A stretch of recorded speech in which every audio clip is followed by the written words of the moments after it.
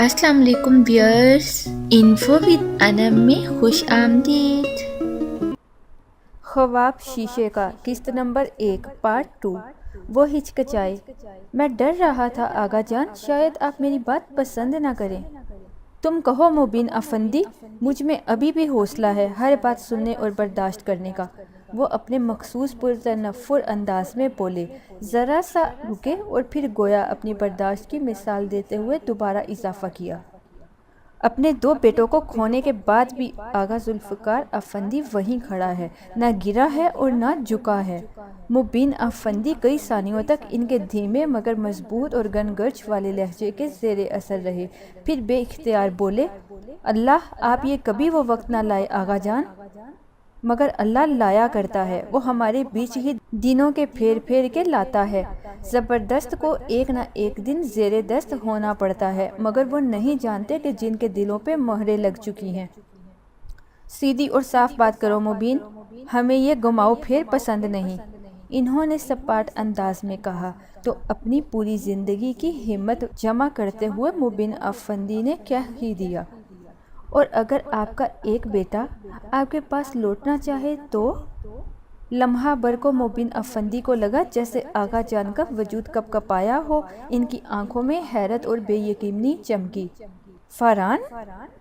14 سال بعد یہ نام ان کے ہونٹوں سے نکلا تو دونوں ہی کے کانوں کو عجیب سا لگا۔ جی آغا جان، مبین افندی نے ان کے چہرے کے تاثرات کو پھیرنے کی سعی کی، مگر اول لمحے کی بے اختیاری کے بعد سے وہاں پھر سے وہی ہمیشہ والا پتھریلا پن نمایاں تھا۔ اچھا، عقل ٹوٹ گئی اس کی؟ بے حد تمسخر سے انہوں نے پوچھا۔ مبین چند ثانیوں تک خاموش، جیسے کوئی بے حد پر اثر الفاظ ڈھونڈتے رہے اور آخرکار فتح یاب بھی رہے۔ اس کے پاس آپ کا پوتا ہے آغا جان، آپ کا وارث، آپ کی آئندہ نسل کا امین۔ آغا جان سنسی کیفیت میں انہیں دیکھے گئے، پھر بات سنے بغیر اٹھ کر باہر نکل گئے۔ مبین افندی بے بس بیٹھے رہ گئے تھے۔ کیا ہی جنگل میں آگ اس تیزی سے پھیلتی ہوگی جتنی تیزی سے یہ خبر اس کے دوستوں میں پھیلی۔ نصیر قاضی تو تھا ہی، کاشف اور مبشر بھی اسے سمجھانے آئے اور اگلے ہی گھنٹوں تک سر کھپاتے ہی رہے۔ آخر میں اس کی بات رہی، میں مر جاؤں گا یار، میرے دل پر یہ اختیار نہیں ہے۔ وہ چلا اٹھا، اسے پرواہ نہیں تھی ان میں سے کوئی اس کے متعلق کیا سوچتا ہے۔ وہ تینوں ہکے بکے رہ گئے، بلکہ نصیر قاضی نے تو سر ہی تھام لیا۔ اسے کیا خبر تھی کچھ گھنٹوں کی تفریح میں وہ اپنا یار کھو بیٹھے گا، اور اس کے بابا جان، ان کا جاہو جلال۔ اگر انہیں پتہ چلا کہ نصیر قاضی ان کے بیٹے کو گھنگرو چمکاتی ان راہوں پر لے گیا تھا تو وہ اس کی خال میں بس پروانے سے بھی نہ ہچکچاتے۔ اپنے دل پہ کنٹرول کر یار، بے اختیاری انسان کو بڑا ذلیل کرواتی ہے، اور دل کی مانو گے تو وہ ہر چمکتی چیز کو سانہ ہی بتائے گا۔ یہ تو دماغ ہے جو صحیح غلط کا فیصلہ بھی صحیح کرتا ہے، سو اپنے دماغ سے کام لو۔ مبشر برلاس بڑا عملی بندہ تھا، بڑی جمع تفریق کر کے فیصلے کرنے والا، سنجیدگی سے بولا، مجھے اس کا پتہ چلانا ہے اور ہر حال میں۔ وہ باری باری تینوں کا چہرہ دیکھتے ہوئے قطعیت سے بولا، یک طرفہ محبت کا شکار ہو تم وقار، اس کی کوئی دلچسپی ہوتی تو وہ دنیا کی بھیڑ میں گم نہ ہو جاتی۔ نصیر نے اسے ابھی بھی باز رکھنا چاہا۔ اسے بھی تم لوگوں کی طرح میرے خاندان، میری عزت اور مرتبے کی فکر تھی، میں نے کہا بھی تھا میں سب سنبھال لوں گا۔ وہ اپنے بال نوچنے کو تھا۔ وہ عقل مند ہے وقار، جانتی ہے مستقبل میں کیسا طوفان آئے گا تمہارے فیصلے سے۔ یہ سب اچھا صرف اس وقت تک ہے جب تک بابا جان کو پتہ نہیں چل جاتا، کاشف نے دھیمے انداز میں کہا تھا۔ تم مجھے صرف اس کا پتہ کرا دو کاشف، میں ہر بات سنبھال لوں گا۔ وہ مرد ہی کیا جو طوفان کا مقابلہ نہ کر سکے۔ وہ اپنی بات میں اٹل تھا۔ کاشف کچھ نہیں کرے گا، نصیر قاضی نے کسی فیصلے پر پہنچتے ہوئے قطعی انداز میں کہا، تو وہ چونک کر اس کا چہرہ دیکھنے لگا۔ میری زندگی کی سب سے بڑی غلطی جو میں تجھے وہاں لے گیا، مگر بس میں مزید کسی گناہ کا بوجھ اپنے سر لینا نہیں چاہتا۔ ہم میں سے کوئی بھی اس معاملے میں تیرا ساتھ نہیں دے گا۔ اس کے تاثرات پتھریلے تھے۔ وقار افندی کی کنپٹیاں تپیں۔ گناہ نہیں ہے یہ، نیکی ہوگی، میری زندگی کی سب سے بڑی۔ گانا گاتی ہے وہ، آواز بیچتی ہے، جسم نہیں، عزت کی زندگی دینا چاہتا ہوں میں اسے۔ پرتپش لہجے میں کہا، مگر ان تینوں کو آغا ذوالفقار افندی نام کی تلوار اپنے سر پر لٹکتی دکھائی دے رہی تھی۔ وہ کیا خاک متاثر ہوتے۔ وقار افندی ان سے ناراض ہو کر گیا۔ کاشف اچھی طرح زیر گل بھائی کے نئے ٹھکانے سے واقف تھا، مگر ان تینوں نے تہیہ کر لیا تھا وقار کو اس دلدل میں گرنے سے بچانے کا، سو کسی کا بھی وقار کو زرنگار کے متعلق کوئی خبر دینے کا ارادہ نہیں تھا۔ بھائی صاحب ٹھیک کہہ رہے ہیں آغا جان، آپ ٹھنڈے ذہن سے سوچیں۔ سہیل افندی کم ہی آغا جان کے سامنے بولنے کی ہمت کرتے تھے، مگر مبین افندی نے انہیں ہمت دلا کر اپنے ساتھ ملا لیا تھا۔ کیا سوچوں سہیل، وہ مجھے سوچنے کے قابل چھوڑ کے کب گیا تھا؟ ان کا لہجہ جلتا ہوا سا تھا۔ بچوں سے غلطیاں ہو جاتی ہیں آغا جان، بڑے ہمیشہ انہیں معاف کرتے آئے ہیں، مبین افندی نے سنجیدگی سے کہا۔ غلطی اور گناہ میں فرق ہوتا ہے مبین۔ انہوں نے تنبیہ نظروں سے بیٹے کو دیکھا، پھر جتانے والے انداز میں اضافہ کیا، والدین کی نافرمانی گناہ کبیرہ میں شامل ہوتی ہے۔ وہ معافی مانگ رہا ہے آغا جان، ہر غلطی کی تلافی معافی نہیں ہوتی۔ گستاخی معاف آغا جان، اب بیٹے سے تاوان بھروائیں گے؟ مبین افندی نے دبے لفظوں میں انہیں احساس دلانا چاہا تو وہ گرج کر بولے، تاوان؟ تاوان کی بات کرتے ہو تم لوگ؟ تاوان تو میں نے بھرا ہے، ایک زندگی کا تاوان، وہ کیا تاوان ادا کریں گے؟ ان کی آنکھوں میں سرخی اتر آئی تھی۔ سہیل افندی تو چپ ہو رہے، مگر مبین صاحب نے تھوڑی سی ہمت دکھائی۔ وہ شدید بیمار ہے آغا جان، اور شرمندہ بھی۔ آغا جان خاموش رہے۔ پھر آپ یہ بھی تو سوچئے کہ اس کے پاس اس کا گھر کا وارث ہے، آپ کی نسل کا نام لیوا، یہ بیٹیاں تو پرائے گھروں کو چلے جانے والی ہیں۔ مبین افندی نے نرمی سے ان کے مزاج کو جو دوسری طرف لگانے کی کوشش کی۔ اس سے پہلے کہ اس تمام جائیداد میں کوئی اور حصہ داری کا دعویٰ لے کر آ جائے، سہیل افندی کو دور کی کوڑی سوجی تو وہ چونک کر انہیں دیکھنے لگا۔ اور کون؟ آپ جانتے ہیں آغا جان میں کس کی بات کر رہا ہوں؟ وہ بھی تو آئی تھی اپنے بیٹے کو لے کر جان نشینی کا دعویٰ کرتے ہوئے۔ انہوں نے ذومعنی انداز میں کہا تو اب کی بار آغا جان نے پرسوچ انداز میں ہنکارا بھرا۔ بات تو ٹھیک کہہ رہے ہو تم، اور ویسے بھی آغا جان، فاران تو یوں سمجھے کسی کا ساتھ دینے کی سزا پائی ہے اس نے، اور بس، ورنہ اس گندے کھیل سے اس کا تعلق کوئی نہیں تھا۔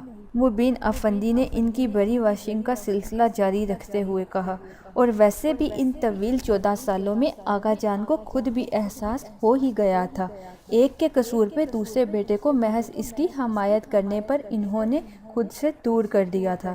بہرحال غلطی تو اس کی بہت بڑی تھی، مجھ سے مخالفت میں دلائل دیے اس نے، اگر اس نے تاوان میں 14 سال بھرے ہیں تو میں نے اپنی شریک حیات کی زندگی۔ وہ تلخی سے بولے، چند لمحے توقف کیا، پھر گہری سانس بھرتے ہوئے بولے، وقت نکال کے رابطہ کریں گے اس سے، فی الحال تو میرا ذہن تیار نہیں ہے۔ اور مبین افندی کے لیے اتنا بھی کافی تھا، اور سہیل افندی کھل کر مسکرا دیے۔ صلح کا نکارہ بج چکا، اب محض چند ریشمی پردے سرکنے باقی ہیں۔ تمام نظارے بالکل صاف دکھائی دینے والے تھے۔ تائی جان کو علم ہوا تو پہلے تو وہ سکتے میں آ گئیں، پھر گویا حواس میں لوٹتے ہوئے شوہر سے الجھنے لگیں۔ دماغ تو ٹھیک ہے آپ کا مبین؟ خود اپنے پیروں پہ کلہاڑی مار رہے ہیں آپ؟ انہوں نے ہلکا سا گور کر اپنی شریک حیات کو دیکھا۔ اس میں دماغ کی خرابی والی بات کہاں سے نظر آ گئی تمہیں؟ ارے! بے اختیار تیز لہجے میں کہتے ہوئے، جیسے انہوں نے اپنے لب و لہجے پہ قابو رکھا۔ اتنی بڑی جائیداد، بزنس ہے، اور آپ زمین کھود کھود کر حصہ دار نکال رہے ہیں؟ دماغ تو تمہارا خراب ہے سائقہ، انہوں نے تلخی سے کہا۔ اب کیا بیٹیوں کو جہیز میں دو گی یہ جائیداد اور بزنس؟ لمحہ بھر کو وہ لاجواب ہوئیں۔ ہماری جگہ داماد سنبھالیں گے کیا؟ وہ ویسے بھی اسے جائیداد یا بزنس کا لالچ ہوتا تو 14 سال لا تعلقی میں نہ گزارتا۔ خالی ہاتھ گیا تھا اس گھر سے، بیوی اور بیٹے کے ساتھ۔ اس کی خاموشی کی قدر کرو، عیاشی تو ہم نے کی ہے 14 سال اس کے حصے پر بھی۔ مبین افندی جذباتی ہونے لگے تو سائقہ بیگم بھی قائل سی ہو گئیں۔ یہ تو ہے ویسے، اس کا بیٹا جوان ہے، اب نیا خون ہے، سہارا بنے گا باپ کا، دادا کا، اور ویسے بھی ہم کون سا سب اس کے حوالے کر کے خود فارغ بیٹھنے والے ہیں۔ بس دل کو تقویت ہو جائے گی کہ کوئی ہے جو آگے بھی یہ تمام سلسلے چلا سکتا ہے۔ وہ بے حد رنجیدگی سے کہہ رہے تھے۔ اللہ کی مصلحت اللہ ہی جانتا تھا کہ دونوں بھائی بیٹے کے لیے ترستے تھے، مگر دونوں ہی بیٹیوں کے باپ بنے۔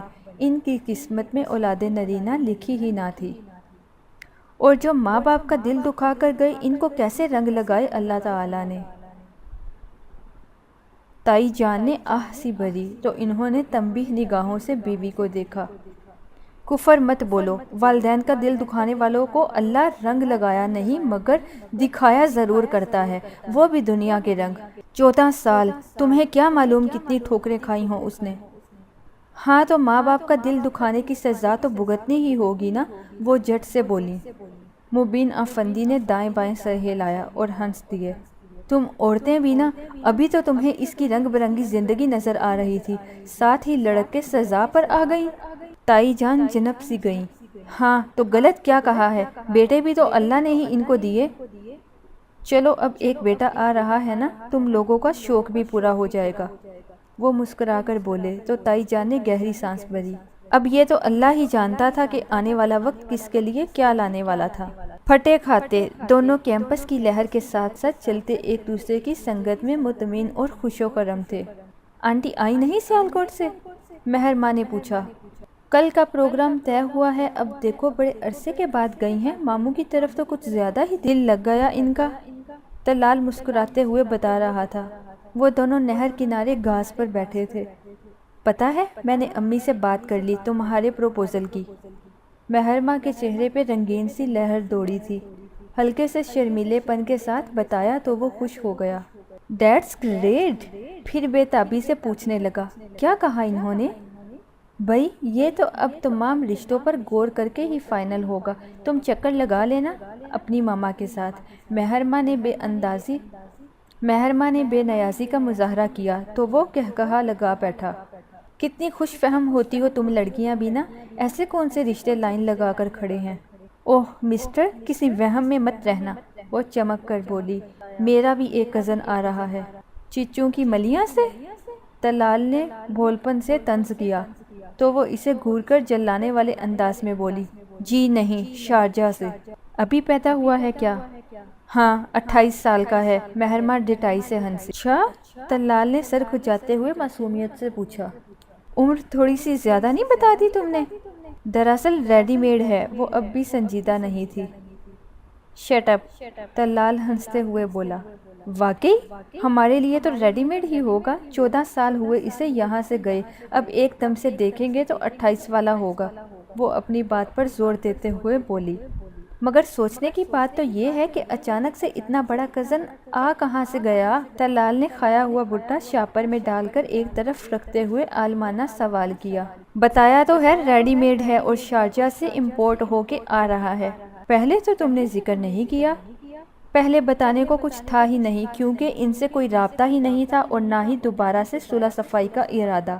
یہ تو ابھی چچا جان نے خود رابطہ کیا ہے، آغا جان سے معافی مانگی اور واپسی کی اجازت بھی، مہر ماں نے مختصراً بتایا، پھر اسے دیکھتے ہوئے شرارت سے بولی، لہٰذا تم جلدی سے اپنا پروپوزل بھیج دو، کیونکہ ماں بدولت اب ایک ہینڈسم اور ڈیشنگ قسم کے کزن کی کزن بن چکی ہیں۔ Please subscribe my channel, like and share.